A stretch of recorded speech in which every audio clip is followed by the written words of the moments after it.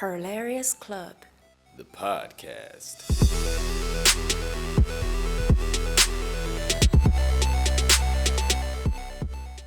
Welcome to the Hilarious Podcast.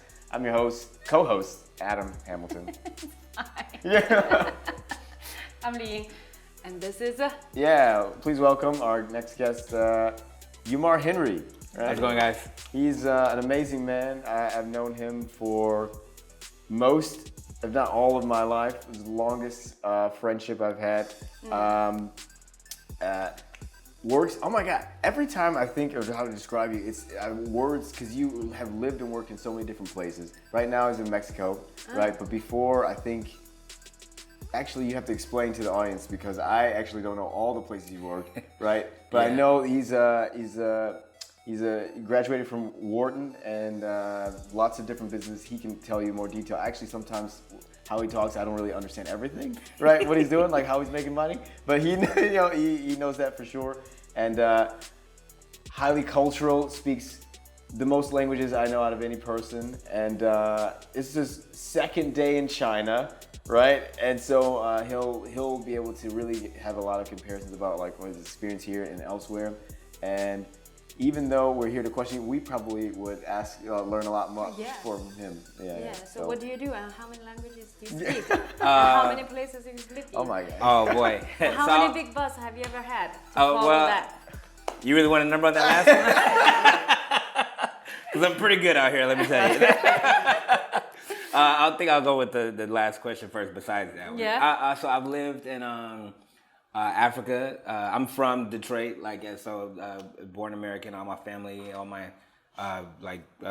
family is from either the southern parts of America or Detroit, where I'm from. After living in I lived in South Central Africa in Gabon, so I speak French. I learned French in school. Was that after you graduated? You went straight to? Yeah. Wow. Okay. You That's learn the why. language by living there. I learned the language. I had like a PIMSL course I used to teach myself. I took French in middle school, but I didn't really have a very concrete understanding of it. But I learned Spanish in high school. I took Latin in high school. Yeah, you were taking Latin, but also Spanish in high school? Yeah, I took Latin and Right. Spanish. Yeah, we went to the same boarding school, and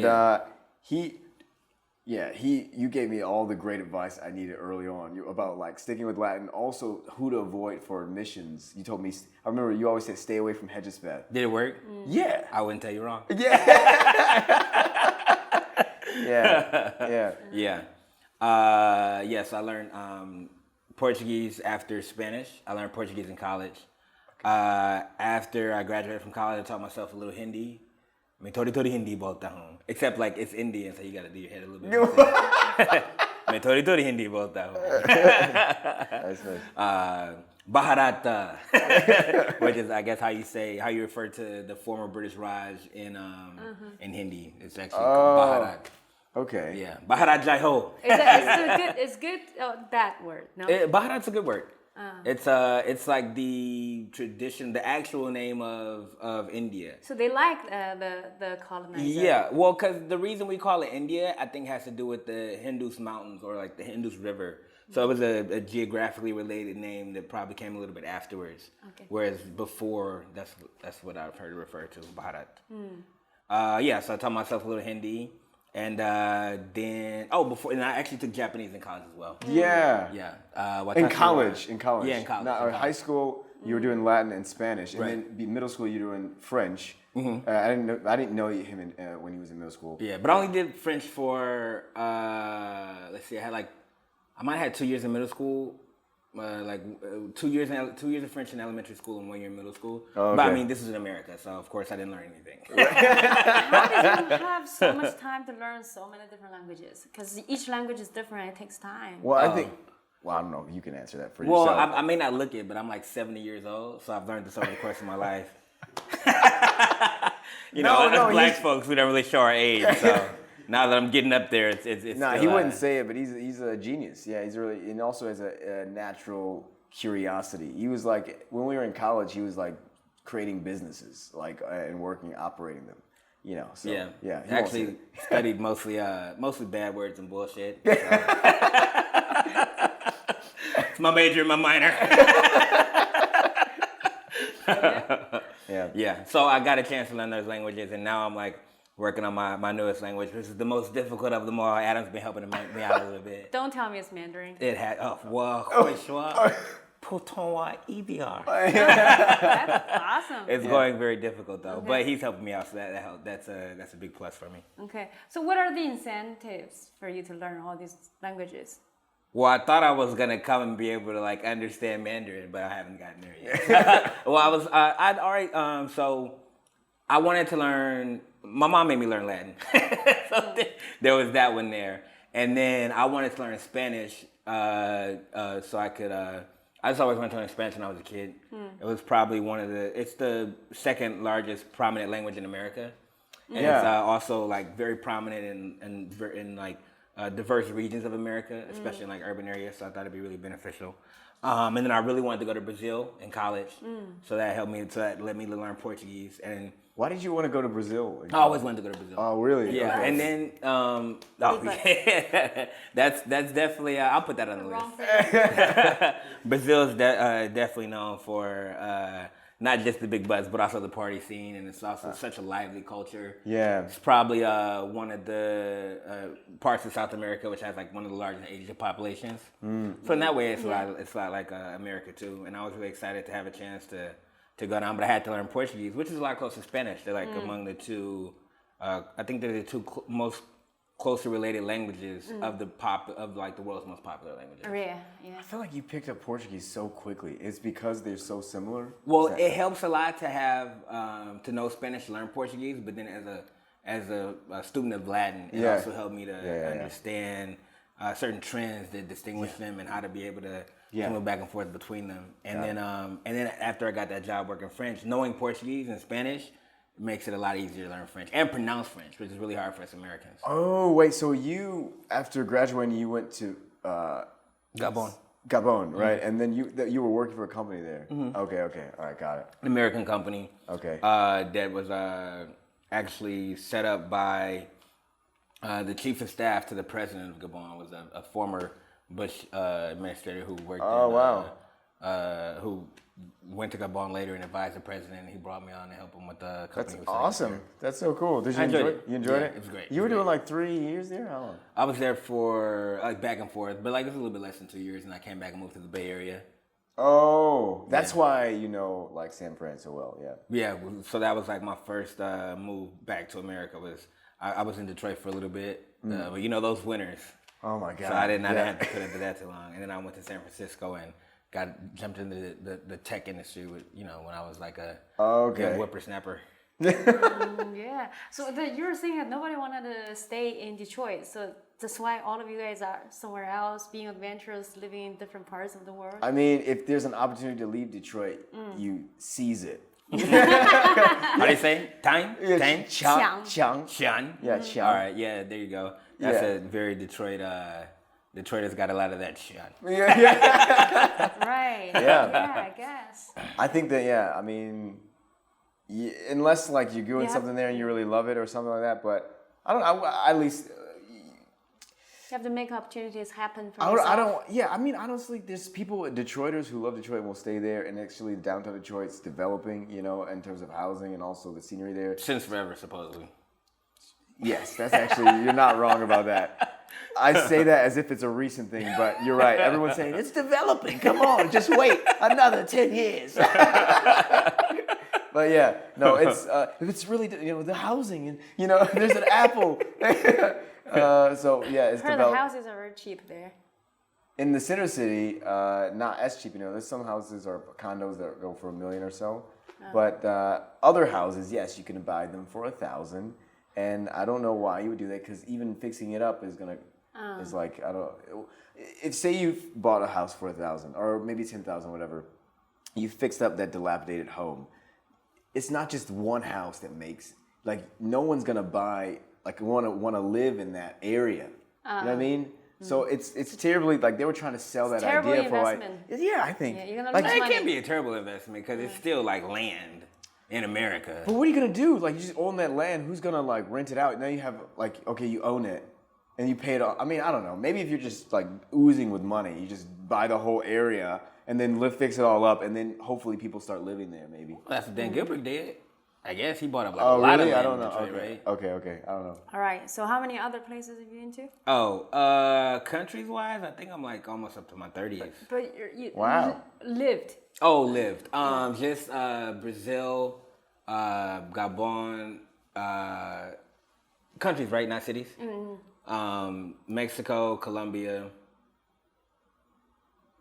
I think that's it. That's pretty cool, So man. at the moment it's Mexico. Yeah, I'm in Mexico now. Okay. So I lived in, I'm mostly back and forth between Colombia. And then I lived in Brazil last year, and I lived in Brazil in 2008. Yeah, I gotta visit you, man. I'm really excited because I've been to Mexico once in middle school, and I knew a lot of Spanish then, but since then I haven't lost that's all great. Spanish. Like, yeah. And it's actually one of the countries that has a reputation for being the most welcoming to foreigners.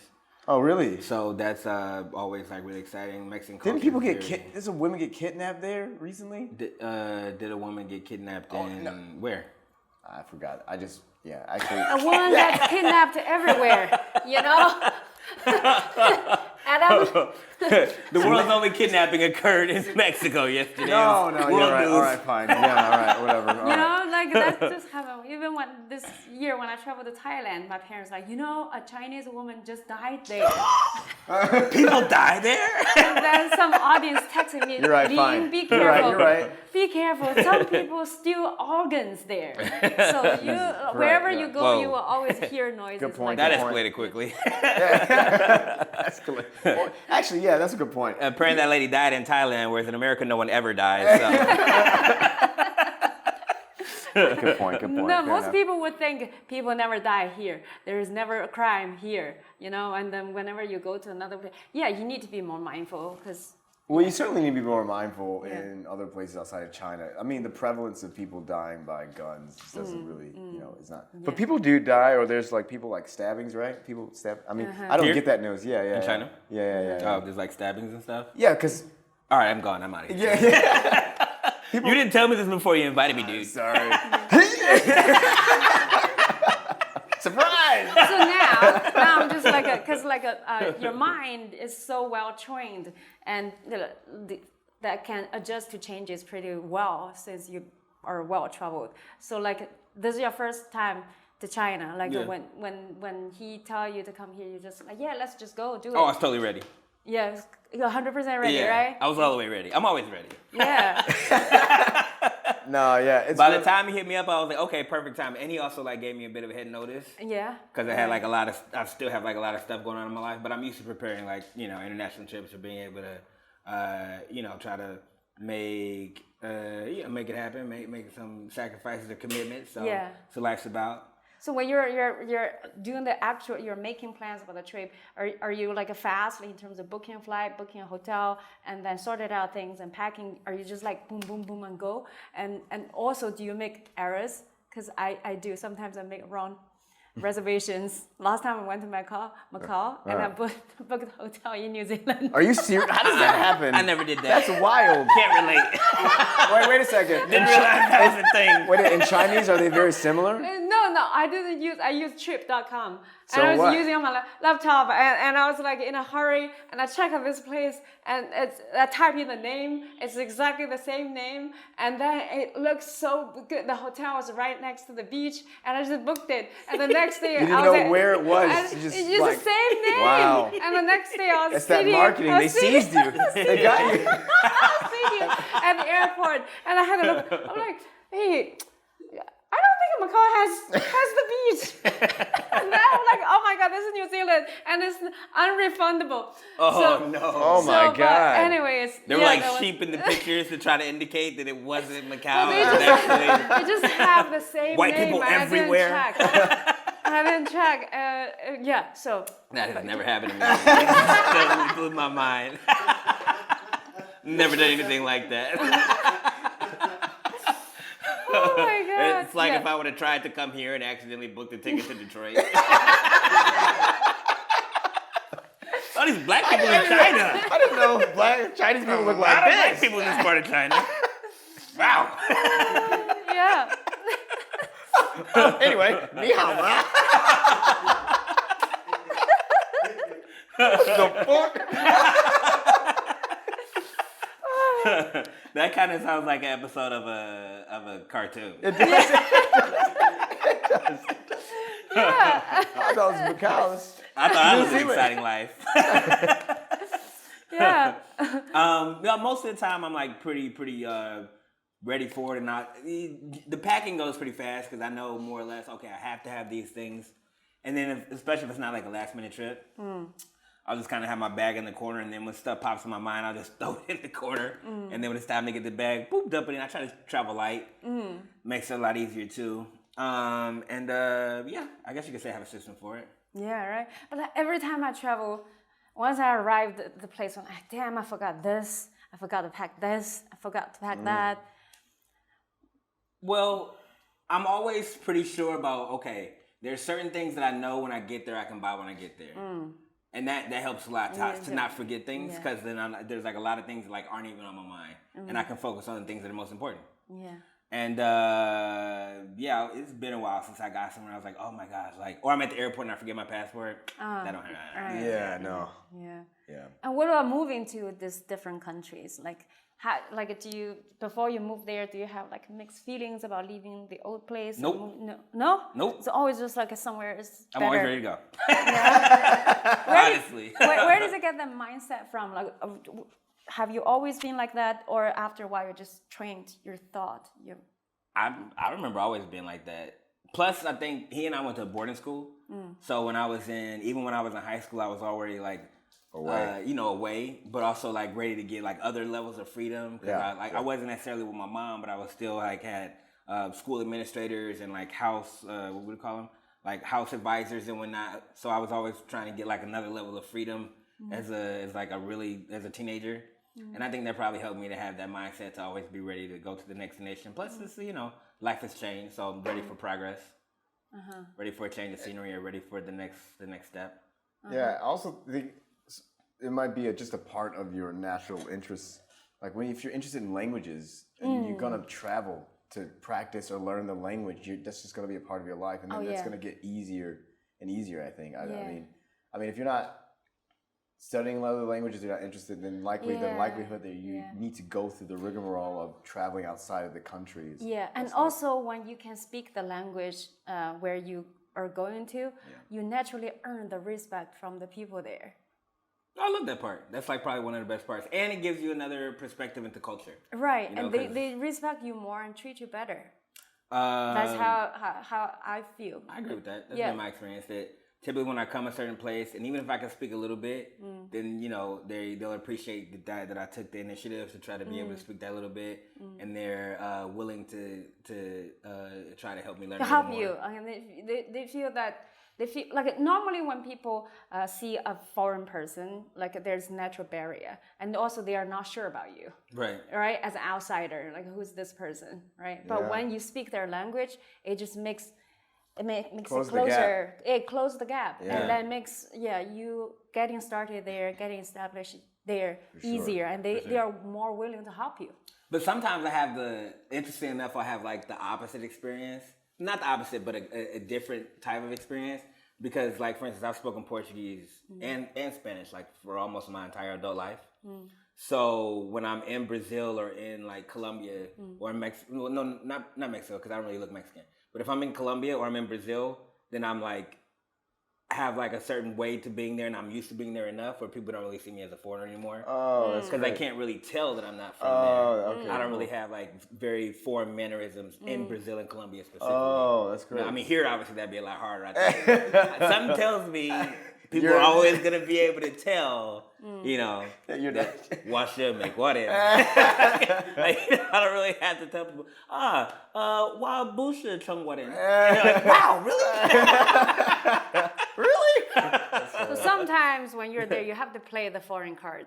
Sometimes you gotta get your you gotta find your pleasures where you can. So I don't want to miss out. Yes. I don't want to miss out any benefits of being a foreigner. So sometimes I'll bring it up.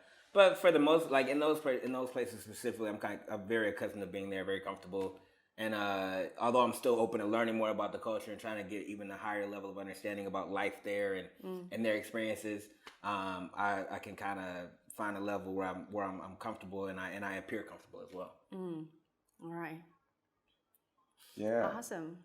I'm wondering, like, is your second day in China, like, is there anything that you've noticed that you've, like, it's just been kind of shocking to you so far in terms of, like, what you've seen or, like, customs? We've been talking a lot about language even, and, like, differences in language or whatever, right? But just anything, I'm just curious what's stood out so far. Did it shock me? Well, I mean, I guess the most shocking thing is that it hasn't been too shocking, you know, because it's like it's very modern in a way that's totally consistent with some of the world's cosmopolitan cities, right? Yeah. So there's that part, and also it's if anything, I've like kind of appreciated having now that I've been in Shanghai for a couple of days, I'm like starting to have questions and try to understand more about far-flung regions and provinces. Yes. You know? So that's the next step I would like to. Yeah. And even when you guys were talking about that before, when you mentioned with our friend David about flying west a few hours, I'm like, oh, the West. You know? It kind of, in America, we have like the Wild West. So when you said it like that, I'm like, ooh, the Chinese Wild West. And especially because David was looking for big butts, so I'm like, oh man, it must be really wild in the West. It so is. I'm like very happy to have like enough be grounded here and have friends here and conversations to understand about different parts of China, food in different parts of China because I like spicy food. You know. So, we have to do that. Right. Hopefully. Yeah, I like spicy food, and I like China is so big that there's like different climates. Like plenty of countries. You could be in a country where like literally everybody in the whole country has the same climate every day. You know, whereas China's like huge, so it's like a northern region, a southern region, we'll have different tropical region, and regions that are probably more comparable to colder areas and stuff. So I would say that's probably been like the most interesting thing is like I have enough understanding to try to like get a more comprehensive understanding of a bigger picture of China. Such a big place. Yeah, I was really just in terms of like the process of. Trying to like get the visa because like right now the stay is kind of short, but like you've got a 10-year visa, so you can come like within the next 10 years, like anytime, which is pretty cool. Yeah, I think that's not easy at this climate right now. I was very surprised. Well, I think it's great, but especially because when I come back, like you said, like did anything shock me about China? When I come back, I'll have like a better understanding of how it is. Exactly, and you won't be like just getting ready to get married. So we'll have time to like to go places. Even like Hong Kong or we talked about your experiences when you lived in Beijing. That's right. Yeah, there's actually a lot of places I haven't been right here still. Like I would love to go to Xinjiang one day, or even like I've been to Shenzhen just for also go to places for work. But like people go to Sanya or these other travel places. People go to places to snowboard and whatnot. I would like to travel, but I just haven't. Maybe next year I could do it. Yeah, and even when the I can't remember if it was the Secretary of the Treasury or the leader of the Fed went to Beijing. She went to like a really famous restaurant with like Yunnan food. Yunnan food is awesome. And I'd never even heard of Yunnan. I'm like, you guys can try Yunnan food. Like this place Lotus something. Oh, Lotus Eatery. Yeah. I know. Awesome. Oh, you've been? Yunnan. Yeah, I've been there once. Yeah. Oh, you don't look too thrilled about it. I'm not. I'm like so. Normal you just person. deflated my Yunnan. I was so excited about Yunnan. No, it's good. It's good. I'm just the boring person. Like I am. Like I only love salads. That's my thing. I go to the same place and I eat the same things. So, but oh my god.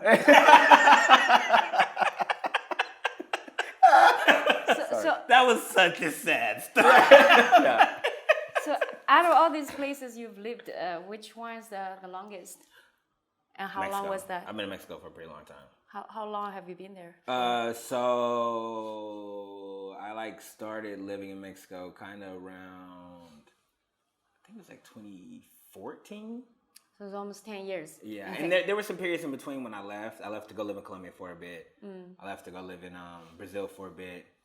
And did I go somewhere else? Not for like really a longer period of time. What I wonder is that because, man, and this, I don't know within the context now, but you know so many things and also been so many places and languages.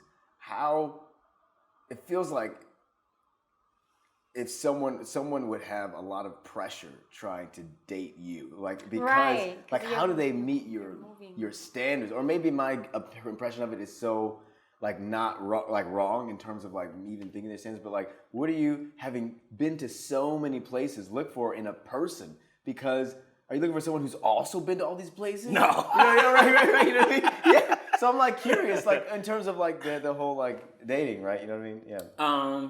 So I guess the thing that one of the things I've prioritized is like finding someone who is understanding of just like the way I live my life. Oh, and yes, able to yes. meet me where I am, and also be understanding of where we could later go together.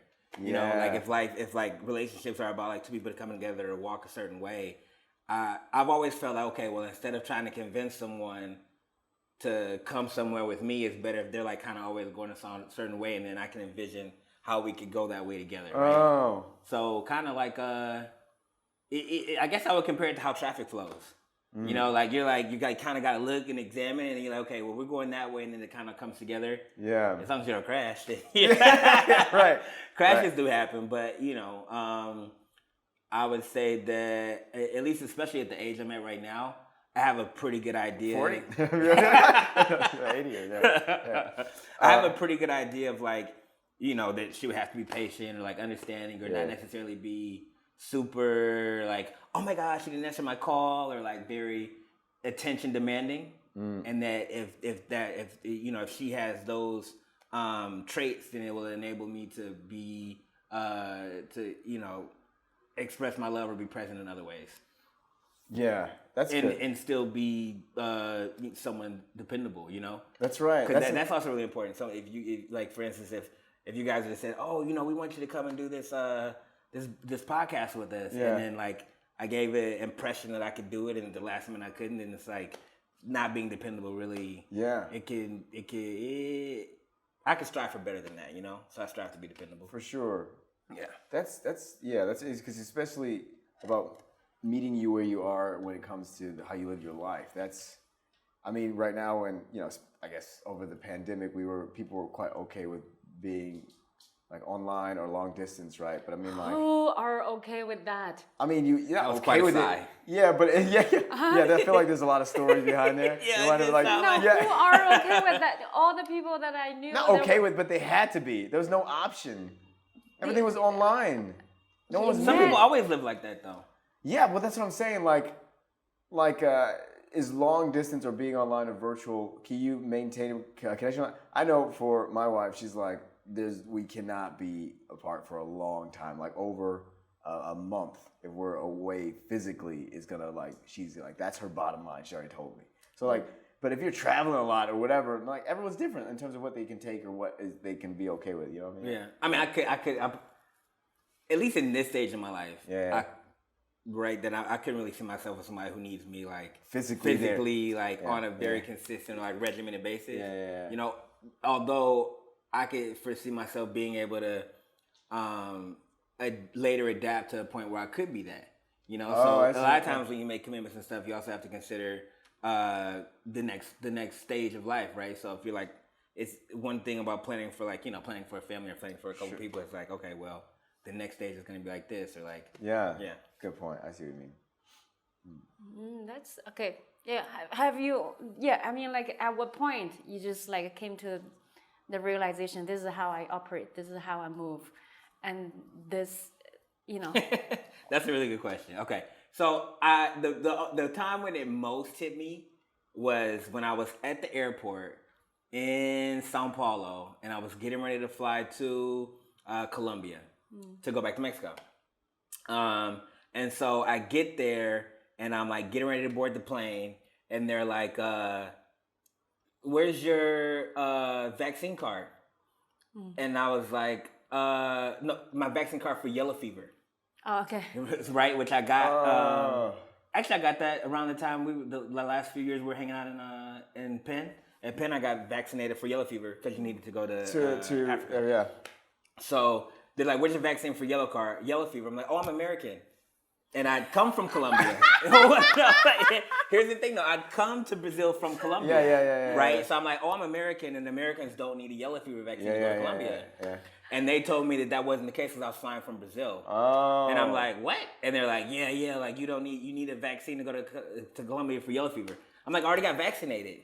Wait, how long were you in Brazil for? I had been there for 2 weeks. Okay, 2 weeks. This is my second time there. I've been there for like 2 weeks. And I was getting ready to leave. Okay. And they're like, oh, well, you can't get on the plane. Yeah. And I'm like, what? No, I need to get out of here. Like, no, you can't get on the plane. And then the plane left, and I was like, I live here now. Totally okay with it. Like, I was totally okay with it. I was like, all right, well, I guess I'm just going to live here now. Wild. I stayed for like a few more months. That is something. I just stayed. Went out to dinner. Hit up some friends like, hey, you know what? I'm going to be around a little bit longer if you guys still want to hang out. I wish I was like that. That is amazing. I would break down. I would be so upset because there's like planning there. There's whatever. And you didn't hit it. And then like, but those people who... I mean, the ticket was paid for and everything. You know, I know. I know. And then like you can't, and like you're just like, all right, well, I guess I'm just living here. I mean, I took as best I could. I'm like, you know what? These Brazilians really love me. They won't let me leave. I guess it's the sign. So, you know, I stayed. I was pretty happy about it. I'm like, wow. You know, I like checked the accounts. Everything was good. I'm like, all right, well, this will be fun. And then like immediately, I mean, like probably before I made it out the airport to get a new reservation, to get to a hotel, I was like, so now what parts of Brazil can I go to? And I went to the Amazon. I went to South Brazil. I like just made a whole new itinerary probably within like less than like 25 minutes.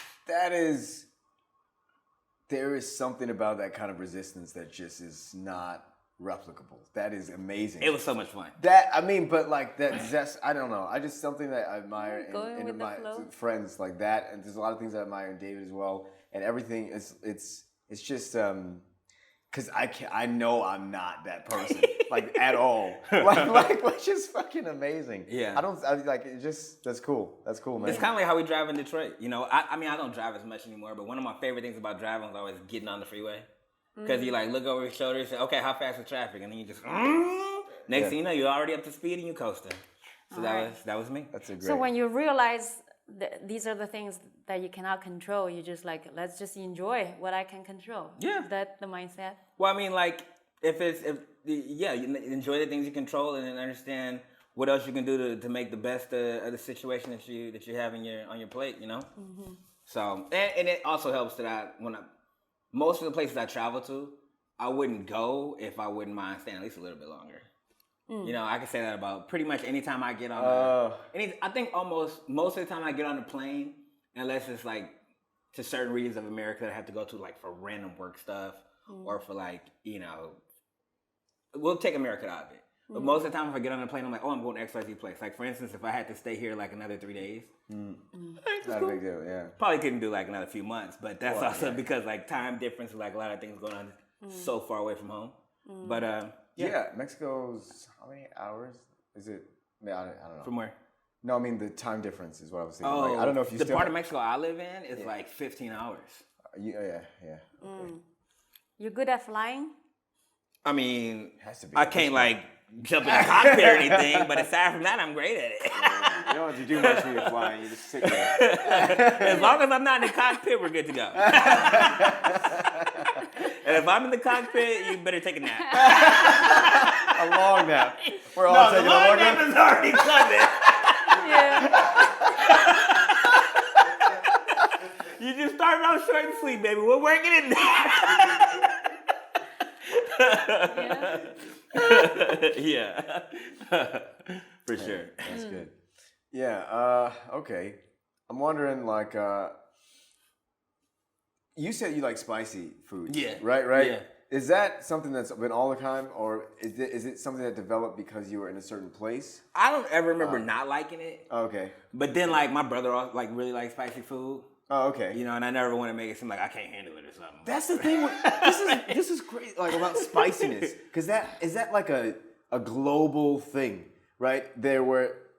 Spiciness is something that you don't just enjoy, I guess. I don't know if we can say that. I don't enjoy it, but it's something that you take. Like, can you take it? Like this spiciness, and it's like you're measured by your ability to take another. That I've seen it in China. Obviously it exists to some degree in the U.S., especially in like Mexican cultures. Yeah, in the South, and in the South as well. Like even in Black American culture, right? So I'm wondering, like, what is up with that? I enjoy it. You actually enjoy it? Yeah.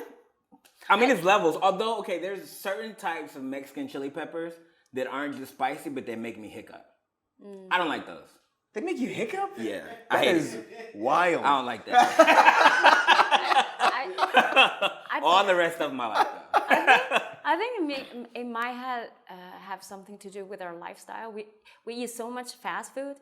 The fast food is not properly cooked. Like when I eat homemade, properly cooked food, like sometimes you don't crave for spices that much. You need a little bit of more flavor, and so that you can feel it. Because like I guess we're numb a lot of times. Well, I like spices, but I don't like spicy food. Like I don't like the hot. For instance, someone who was really into it, it's like buying, selling like spice, like peppers, said that it's like, I don't know about you, maybe know, but like the feeling, the sensation is something to do with capsaicin or something like this.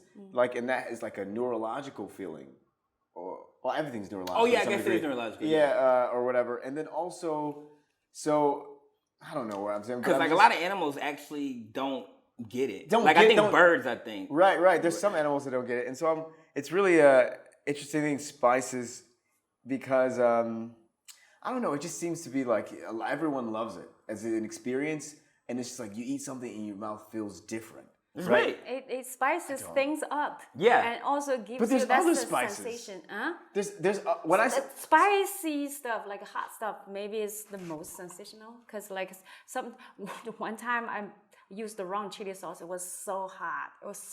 And it was lingering for hours. It's awful. Yeah. Everything. Everything. But Sometimes like, it's also going in and out. That's what I was gonna say. That was literally what I was gonna say next. Boring. Sometimes you just want something exciting, even though you cannot handle it. It's like extreme sports. You might even die. But people still go I really for it. think of just the higher eating experience differently, because like that's the thing. The moment I'm thinking of something spicy, every time without fail, it's like later on, within 5 hours or maybe the next day, you're gonna feel it, right? And like, why would I do You that? can't dread the future like that. I was in Chongqing and Chengdu, and I was like, the diarrhea works better than alarm clocks there. Is that how you want to wake yourself up? Seriously, Oh! seriously, I went to bed. Girl, you badass. Literally and figuratively. And it's the lifestyle. Chongqing hot pot is the hometown of hot pot. So this the spiciest food ever you can have in China. And also there's so many restaurants, like everything's about food there, and people don't sleep. Like the locals were so hospitable. They took me out, and I'm like, I can't open my eyes to go back. And I ate all this spicy food, and I slept around 3-4 Yes, 7, I'm up. Oh my God. Yeah, Why and would then you the do that to whole yourself? morning is toilet visit. And then I can't relate to that part either. Maybe that was something else. You and do then- spice differently. too much. Kidding. And then I had ginger tea the whole morning, afternoon, because I have a show at night. I'm like, I have to be on the stage for an hour and 30 minutes. Wow. And then the night, same thing again. And then the Wow. next morning, same thing. And So then when we see ginger you sweat tea. on stage, you're not nervous. But you know what? It's interesting because this capsaicin is actually like a mechanism that the plant uses to defend itself. It's supposed to dissuade animals From eating. from bothering it so it can procreate. Although in this instance with like humanity, it totally like got reversed and still worked because we like it so much that we plant a ton of it. Yeah. You know, like yes. To like be cute. curry from like India to like the world, or like you know, you can find That's peppers. really interesting. Yeah, because it was designed. Yes, But we like it so. Yes. We didn't at all follow the clear advice that nature gives us not to eat this thing. Right. And we eat so much of it that we like bring it everywhere. Which is actually to its benefit. And the thing is, like, once you had get like a taste of spice, and the things that don't have the spice just are too plain, too bland. Plus, it's levels, right? Because Yeah. there's like Levels, yeah. medium peppers, And then different sensations. Some is like on your tongue, or some like other parts. Yeah. bell peppers, which is also a pepper but isn't spicy at all. That's right. Yeah, Like yeah, jalapeno peppers, which are kind of spicy. Yeah. And in Mexico, they have like every type of pepper. They can have it like a regular pepper or a dried pepper. And the dried pepper will have an entirely different, a very different profile if you dry it, you know? Like, I didn't even realize when I first moved to Mexico that chipotles and jalapenos were the exact same thing. Did you guys know that? No, I didn't. It's like the same thing. No. You like dry a jalapeno and you get a chipotle. Yeah. I didn't know that. Okay. Go figure. And also, I think food these days has so much competition from other things. Like a lot of people eat alone and they're eating while watching a video. True. And then if your food is too plain, and you're just like focusing on the video. So the food has to keep up. So a lot of spice. I like that Do you expect like whoever you're dating or whoever has to also be able to eat spicy food? Hell no. That's very specific. Yeah. I mean, some people in relationships, they feel like, okay, if you, for instance, if you're in a long-term relationship with someone and you like spicy, but they hate it. That wouldn't bother me. Right. Some people it would bother though. Really? Yeah, no. That's not the biggest difference when it comes to food. What's the biggest difference? Like. all right. I dated a Muslim guy before. Okay. Pork. Oh, sure. Yeah. And also, I love noodles. So at one point, I'm like, I live in a different country. And sometimes I just crave for noodles. He's like, I don't eat noodles. So And you were like, it's over, bitch. No. It'd be like, You can walk home now. no, it'd be like, we go to a restaurant. Yeah. I eat noodles. He's watching. He's just sitting He's just there. watching you. He's not eating anything from that restaurant. Is that like a fetish thing? No, it's not fetish. He's just like, yeah. Mukbang. That's right, baby. Get into the noodles. He'll be just like, you do your thing. I'll eat later. You're getting so dirty with those also, noodles. we have a different time to eat. I eat at 6 p.m. That's my dinner time. And he eats at 9 p.m. I mean, I'd be flexible about that. So that's. Well, I'm just saying as some I said, people. spice is not the most difficult thing. I'm getting a sense, at least here culturally, that people want to eat with the person. I've Yes. been criticized for not eating with or the same things, but we make an adjustment. So that's why it came up. But again, other cultures, other places, always not eating. I haven't been to Mexico. I don't know what the culture is around eating there. If it's a communal activity. Oh, yeah, for sure. An expectation that we're all eating the same things. No, it's not expectation. Oh, so in China also, we're all usually sharing the same food. So if we're ordering for everybody. And if there's one motherfucker who only wants to eat salads, then he's really an issue for everyone. You know what I'm saying? That's why I'm asking this question. I'm always the problem in a place like when I'm eating with people. It's like, well, we got to get a dish So is the for problem Adam. with food or are you All right, the problem? yeah, okay, fine. So now you're trying to say But that's that. what I'm trying to understand it. Like the whole world loves But the spicy the thing is, like, if you only like that, you don't have to change, and you only want salad. Why you're the issue? Like, because it's we're not eating like for everybody. Everything's ordered for everybody, right? We're all shit. Come on, you don't act like I'm being ridiculous. This is literally no. I mean, your culture. friends are ridiculous. Oh, sure, yes, yeah. I'm just Like, saying, all you want is a salad. So Okay, so my I'm like, I friend- wouldn't mind. my friends, like, yeah, they will understand. But I mean, like, say you're in a dinner meeting with new people, whatever, and it was, I'm just saying like that as a thing. And I don't. If I went to a steakhouse and invited everybody, and you went to the steakhouse with us, especially like if it's like a nice, and we're all eating steak and you got a salad, it might be weird. A little bit. That's like part of the experience of So the you place. can't be friends with vegans, vegetarians? Okay. I don't know if I could date a vegan girl who didn't drink. But that's like kind of a more complex thing than just one specific thing. Sure. So if it was like multiple things combined, like how even you said, he didn't eat pork or noodles, right? So it's like two things. Yeah. You know? And also, he doesn't drink. Cut it. And I wasn't drinking either. And then he'll be like, we went to a thing and there was a lot of alcohol. He's like, go ahead, do it. The thing is that he never stopped me from doing it. Oh, okay, well, I can do it. I he's can like, handle that. He's like, go do the beer. Do the beer. You know he don't drink if he wants you to do the beer. beer. Just go do it. But don't stop doing it because of me. So that's I see. Yeah, you're not trying to force that on other people. That's fine. Yeah, that's fine. Yeah. Even though, like I said, if a girl didn't drink and she has something else, then every time we go out, like, I'm getting a regular meal, and then like I'm like, oh man, You know, plus, okay, there's a certain, at least I've always seen that there's a certain type of person, you could almost say like culturally, who like might be different when it comes to not drinking, right? Like just the way you like maybe got socialized when you were younger, or like the type of experiences you had like when you were, you know, our age, or your professional life, whatever, might be totally different. So I don't know, like if it's gonna be like everything's gonna be a huge chore, then that might be, it could be something that, you know, later on down the line I could be like, I don't know if this is gonna work. Yeah, I mean, like, you know, my parents, they love different food, and for dumplings, they like different feelings. So every time my mom make 2 types. Oh. Yeah, and then for rice, my dad wants it softer. She wants it harder. So they'll make She'll two types? Two types. That's wild. Yeah. Wait, but how the same rice? You start off with the same rice, right? Yeah, you but just split it up. You can, you split it up. You cook It's it not that differently. wild. You just you don't even have to cook it differently. You just put part of it to the side and let the rest keep going, right?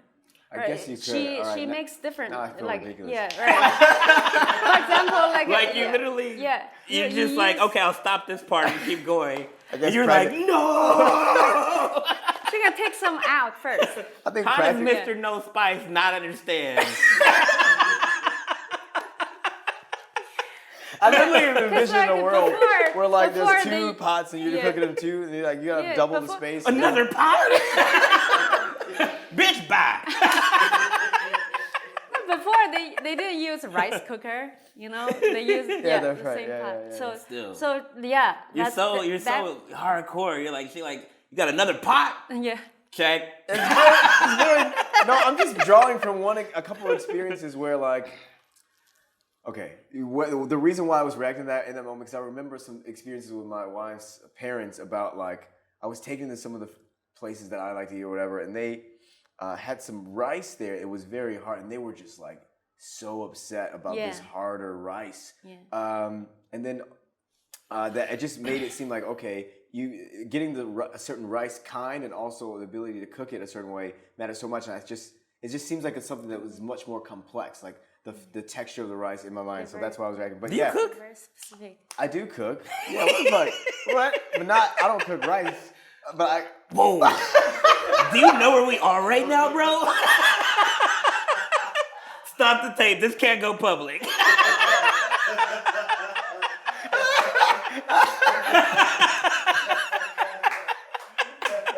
People are gonna see this. But you're. Oh my God. We're in Asia, bro. If you don't cook rice, you don't cook. Yeah. Pretty much right.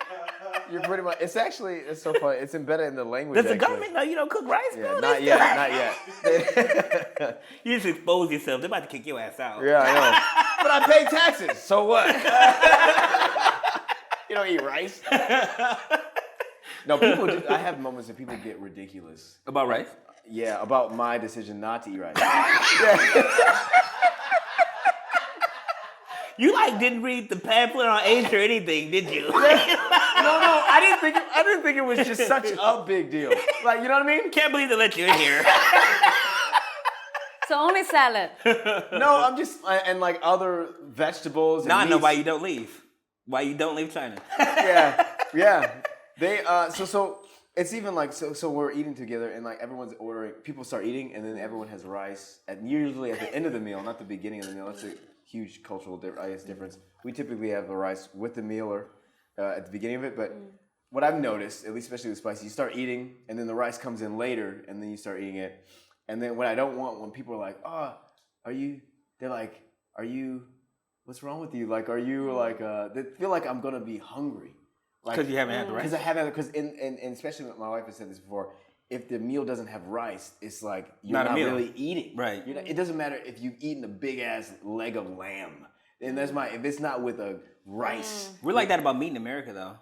Like, unless you're vegan Yeah, the or something. carbs. Yeah. I think what she's saying that you need to have carbs. No, in a- it's just the feeling of it. I don't think that Yeah, at the time it's she's really thinking okay. about It has to be a the rice carbs. and a dish. It's just the sense of it. It's in the language, like mi fan is like rice, right? And then we say yo chir fan, like eat something, a meal. It's like Okay. literally embedded in the language of meal, right? So then it's like, okay, I see it, but it's so you're not wrong. So I, just bringing up all that.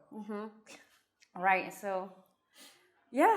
Some people take rice differently. I mean, I would rather root vegetables if I'm doing carbs, but rice, even sushi, just doesn't sit well with me personally.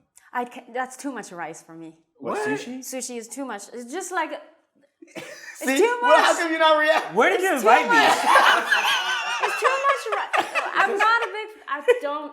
So I'm like sushi is too much rice. I mean, like the meat to rice ratio is not right. Yes, Is that what you mean? I mean, Okay. like, That's to what she me, means. it's like yeah, that's too much. Like that's rice ball with like a tiny piece of meat. That's why I don't eat sushi. Like I feel full after having 3 pieces. Wow. 'Cause So too you much- asked me if anything shocked me when I got to Shanghai.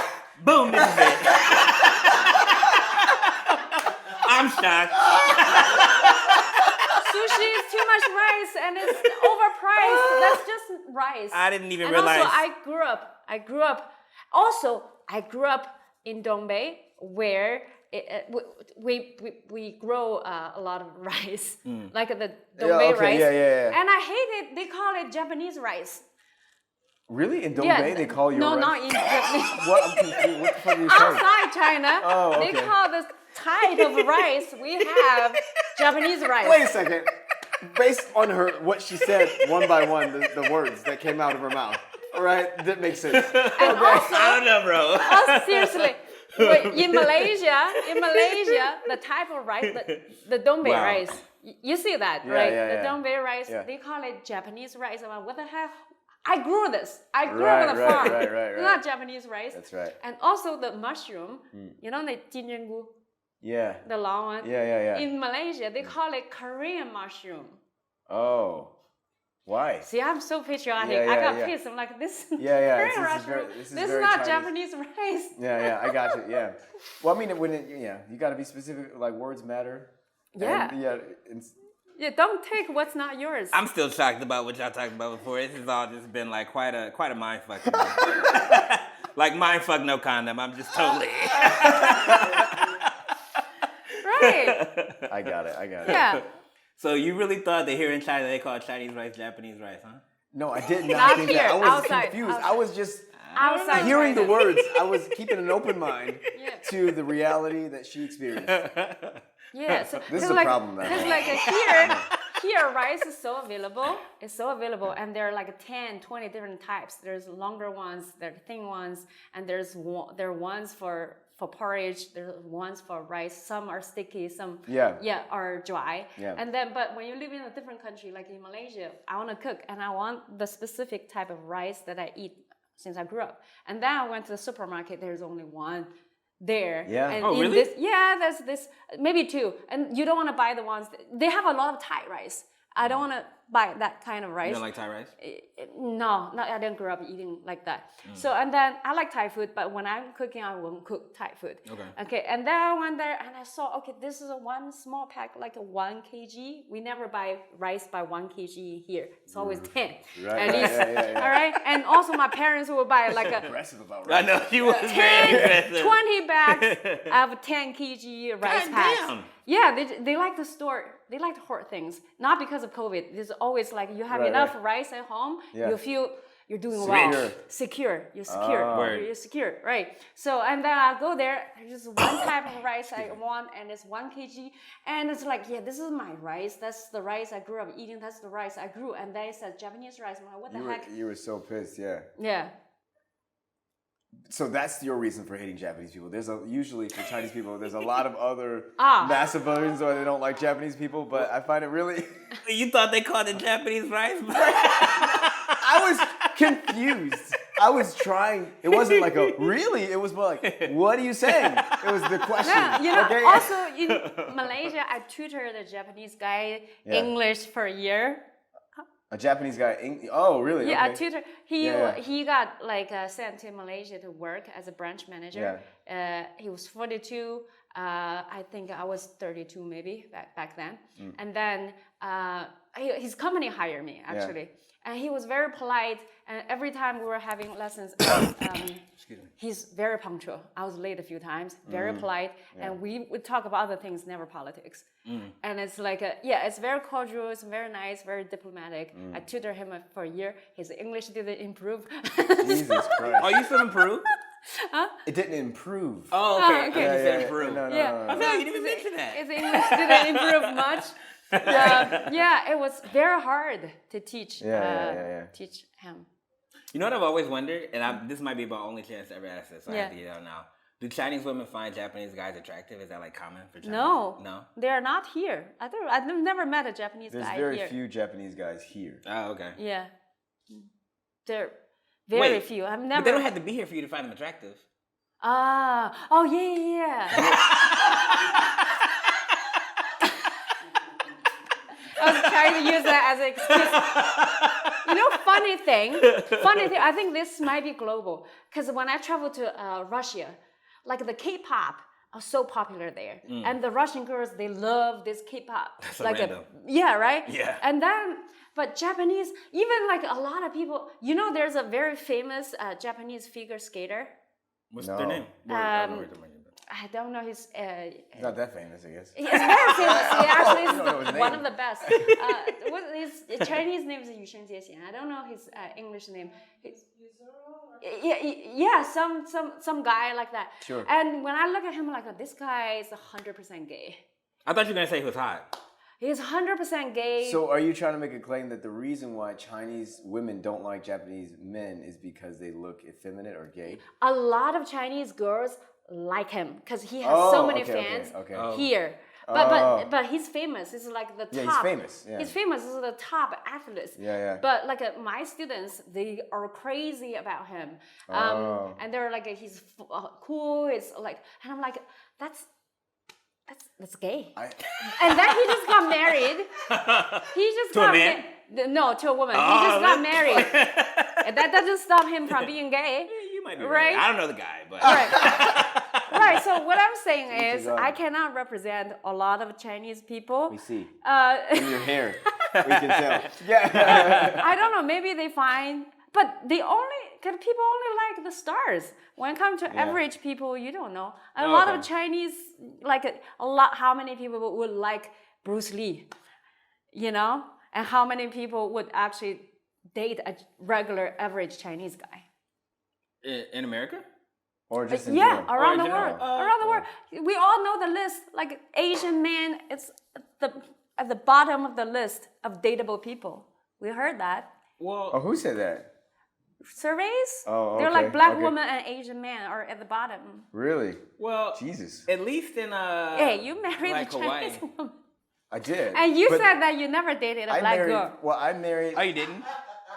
I've dated. Once. Yeah, once. And And that's for a So joke. it didn't go well? No. I didn't. No, but it was all, yeah. It was not because it was, well, maybe it was Well, my tell her fault. Sherry said thanks. Yeah. So, yeah. Oh, God. Right? Well, no. I did marry, I wouldn't say a Chinese woman, but I married, well, she is Chinese. But I married Sherry is what I'm trying to say. Is what I'm saying. I married Sherry, and she, to me, like, it's not defined by her ethnicity in that way, to me at least. So, I mean, yeah, you're saying some things that, like, you know, obviously in comedy we got to be, like, hyperbolic or whatnot. But, like, yeah. Yeah, you never dated a black woman. That's not true. You did? Yeah, once. Yeah, in high school. I was there. You went on a date. You went on a date with a woman. Wait, in college, actually, we tried to date a bit. Yeah, we did a bit. I was about to say, I don't know if high school really counts. No. Because you're not like a man. You're not like an Yeah, adult. exactly. And then college, yeah, but that's not for me. I'm not a man now. I was still very naive. Speak Yeah. for yourself. I was all the way man. Just to establish. If it's levels and levels. I was in the building. Right. He was in the parking lot, I guess.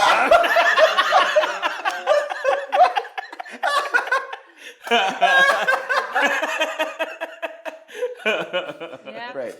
All right. Well. But you have we have to get the question back Sure. to you. Like you've lived in all these countries, and then he was saying it might be hard for you to date, but you probably date every ethnicity.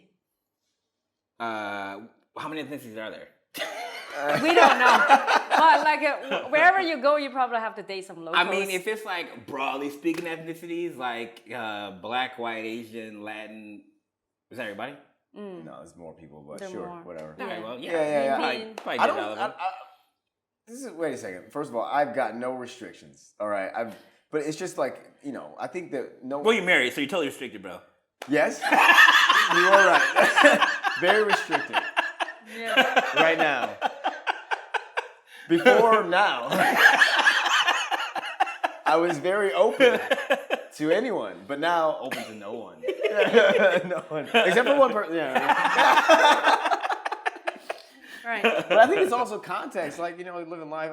I think that if we're going back to that just for a bit, and then the goal is that that context, like Cranbrook itself, there wasn't a lot of black women, but my aunt who raised me pushed me always. Oh, you got to date black women, whatever, and Totally backfired.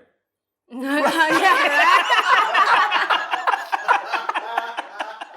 didn't really.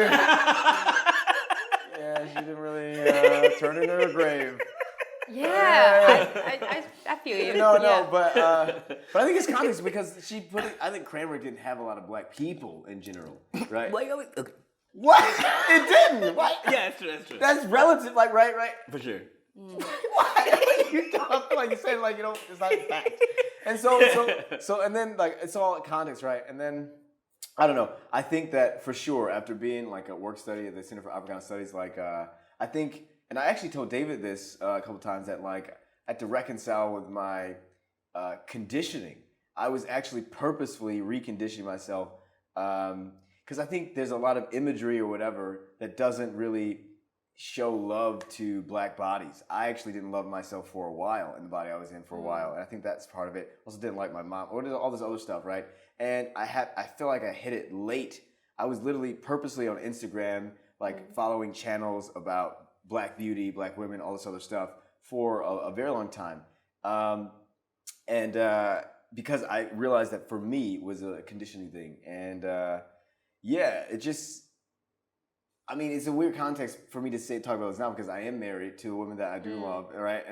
But I do purposefully talk about beauty in a black body because I had to, struggle with it. I thought I was, very unattractive. I wanted to do some things that were, when I was in college that were just a part of the whole zeitgeist there. So partly it was environment, partly it was what I thought of myself. And then, now I'm here this moment. If I wasn't married, I think I would have a much different perspective. I think a much different perspective about just in general, right? About where I'm placing my opportunities and whatnot. But wait, how so? I would have probably. Well, this is the thing. For instance, my wife and I do talk about, okay, we have a child, and this child's gonna be black, right? Yeah. And she doesn't know how to raise a black body being, right? And that is not something that but that is an important thing, especially if there's a woman, she doesn't know what to say or whatever. And that's why I need to get my cousins involved, all the black women in my life involved. And I try to tell her that her rebuttal is always yeah, but it's always going to be Chinese, right? And Just ask her to beat that kid. Yeah. Well. Huh? Okay. What? Somebody's not babysitting.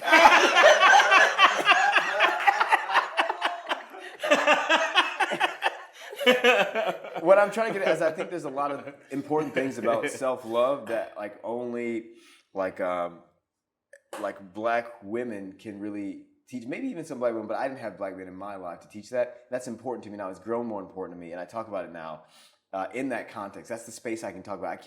I'm not at liberty, not out of because I don't want to, because I do love Sherry as an individual, but at liberty to talk about just the need for black love, you know what I mean, or dark skin love or whatever, which I do feel in retrospect, right? But so that is my more actual response to that. But it's a really an important question, and for my own journey through that, it was a long journey, for me. I think the only part of that I disagree with is that black love isn't really just talk about black women, it's talk about black people. Yes, yeah, exactly. Black people is our key word for the day, people. Do Do you have the same concern? Or darker skin body. That he's having, like, if you end up with a woman that's not black, Nah, I that don't you care. will worry about how to raise a black kid. Well, I'm not gonna raise a white one. If I don't know nothing else, I mean, don't get me wrong. If I came in a position where I adopted a white kid, then that'd be one thing. But my kid that I raise is gonna be a black kid. I don't have any restrictions or holdups about it at all. It's like Yeah. Why? I don't No, know. yeah, like, because like it seems to you it's like it's a very, I wouldn't. It's like a challenging for Sherry. It will be very yeah. challenging for her. All right. Yeah. So that's why I'm asking him. No, it'll like, be because she's not black. No, well, Yeah. same question. Like, Yeah. if you don't end up with a person that's black, will you have the same concern? Well, but if he has a child, it's going to be even if he's with I don't know, a Hold on, let me Swedish cut you off. person. Yeah, go ahead. Even if it is challenging for Sherry, that doesn't mean it'll be challenging for them, right? Oh yeah. Yeah. But I'm like, is that a black man's common concern if you don't marry a black woman, and then you might have No. challenges? I think that's when it just comes my to concern. raising I think it's just kids? your I think it's okay. just my concern Okay, because of okay. my own journey with like self-love and whatever. Right, yeah. I mean, especially as many as like, there's like tons of, especially in America, something like famous, like, mixed kids and whatnot. Yeah. Don't seem like dudes really concerned. Yeah, no. Right, yeah. No. It's just something that I personally deal with. I don't think it's an expression of everyone else at all. Yeah. Okay. Yeah. All right, cool. Because it reminds me of a TV show. I forgot. Like, it's like a white couple adopted a black kid. Oh my god, I hate that. Yeah, it can be Right, kind of weird. and then and then this. It's a TV show? It's TV show. It's, what's it They called? made a whole multiple episodes about this? Yeah, yes. Huh? Different strokes? Not that one. Because like this white couple, they had like a triplets, and then on the same day, one of the triplets, on the birthday of the triplets, one of them passed, didn't survive, and then a person left a black kid at the hospital, Oh my God. and they just found this kid, and then they raised this kid. I can't believe And this they angers raised me that three- some yeah. Savior writers- stories? Yes, oh my god. Yeah, and Like then fucking like Blindside. And Oh, Hills, Master like, Save Us! Oh yeah, oh my god. so I just need so you like, think some this? white woman just come in and teach us the ways. Yeah. From the graciousness of her own heart. So you don't think this is real? I don't like it as in any iterations of its reality or as a fantasy narrative for the white American populace. I don't like it at all. I think it's maybe it may or may not happen. It's called This Is Life. Oh, This is us. I've heard This that's is a really us. good show. Actually, That's a good show. I've heard part of it's a good show. But for what it's worth, Russia won't let white people in America adopt white babies either. So it's not just like us. Oh, Literally, okay. the entire country of Russia will not let those white babies go live in America with other white people. Oh, okay. Right? All right. You guys know that? No, didn't. Oh yeah, it's like not allowed. Like Americans can't go to Russia and adopt kids. Wow. Oh, really? Nah. Okay. So Interesting policy. They're gonna raise. it's not just him. They're gonna raise these kids to be. But they might worry about you beating them because we know what you're saying. Yeah. Jesus. So they might take you off the list too. No, it's a joke. He knows my parents never beat us. Oh. Yeah. That's why I'm not very successful. Some people's parents never beat them. Must be nice. Mom's there. Yeah. Oh my God! She was just stretching. It was just stretching. Please don't hurt me. That's funny. So you got whooped? Yeah. Like the product of being whooped. Like you so. Basically the context of this is in our last episode. So you want to see it or what? We talked about What like is this rated? we talked about like disciplinary actions or whatever and like whatever. So that's why it's all coming up in our last episode about struggling with having been beaten when I was younger, but also struggling with like not wanting to do the same thing, but also recognizing I guess I wouldn't say the merits of child abuse, but that's what I wouldn't say. I would not say that, even though it's very accurate. but I would say it's just the observable and research merits of stress, both physical and mental, and in terms of a child's success. So, yeah, it's like something that I'm like, as I'm trying to think of having a child and how I'm going to align with another person who is absolutely against it and also absolutely against like any sort of vocal violence. I'm like, well, I grew up in a very violent place and I think it's okay to some degree, though I do think it's hard for a child to understand how when after being hit by a person that person then says they love them, and that's something that a child may hard So to do. you think after you beat a person and you say you love, that's okay? No, I'm saying. Well, it depends on what she looks like. No. According to David, it depends on how big her butt is. Yeah.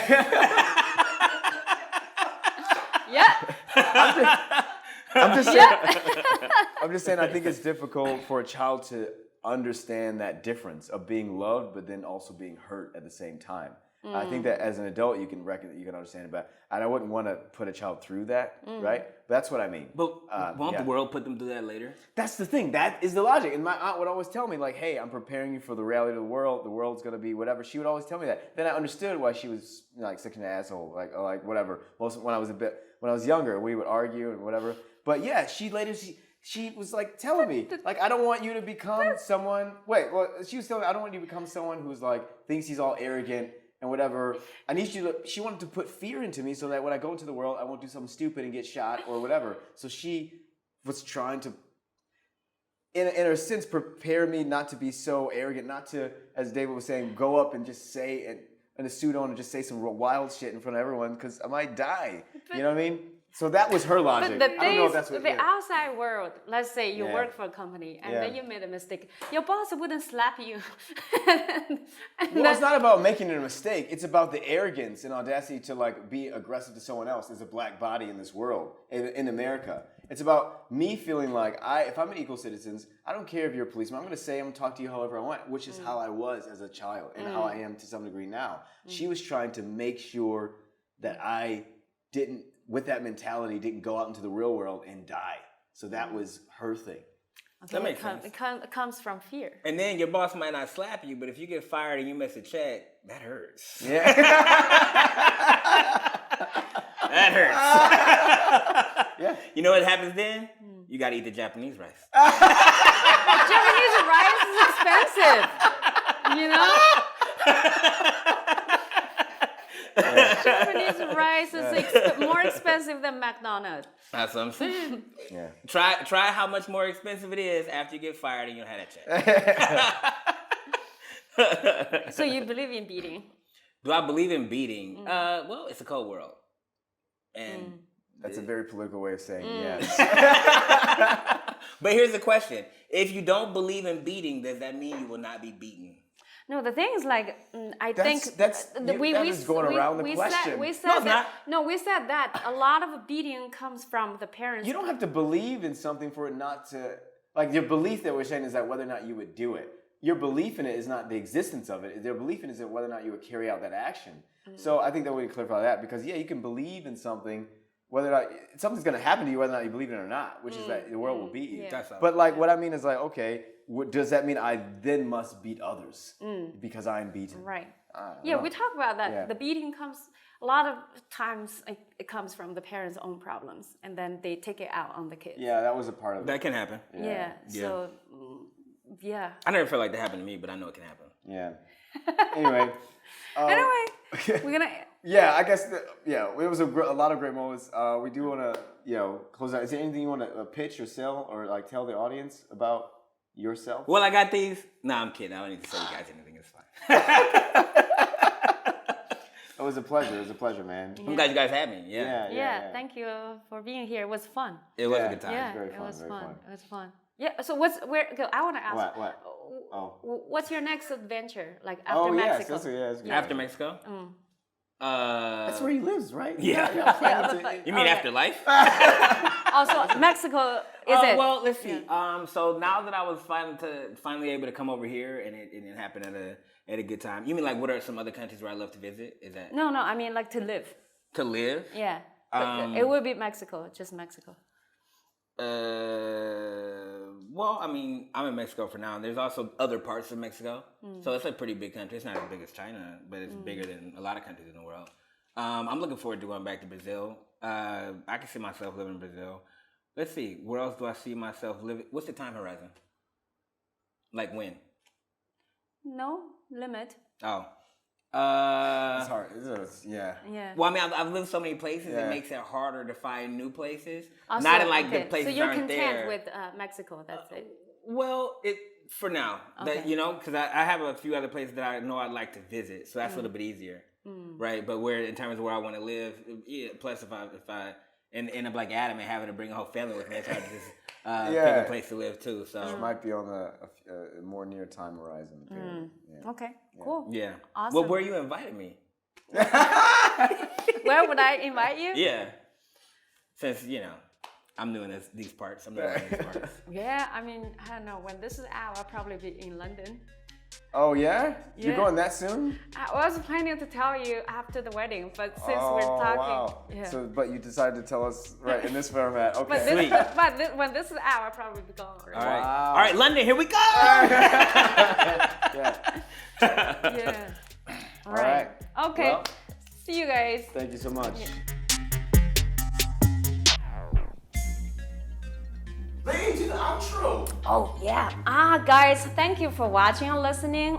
If you like our podcast, please like and subscribe. We do this every week. Also, we're a very small budget. I only have money for the coffee. Actually, Leah bought me the coffee. So if you can help us promote our show, that'd be great. Just send the link to the 10 groups you're foreseeing. It's all good. Thank you guys so much. See you next week. 谢谢. Bye. Ciao.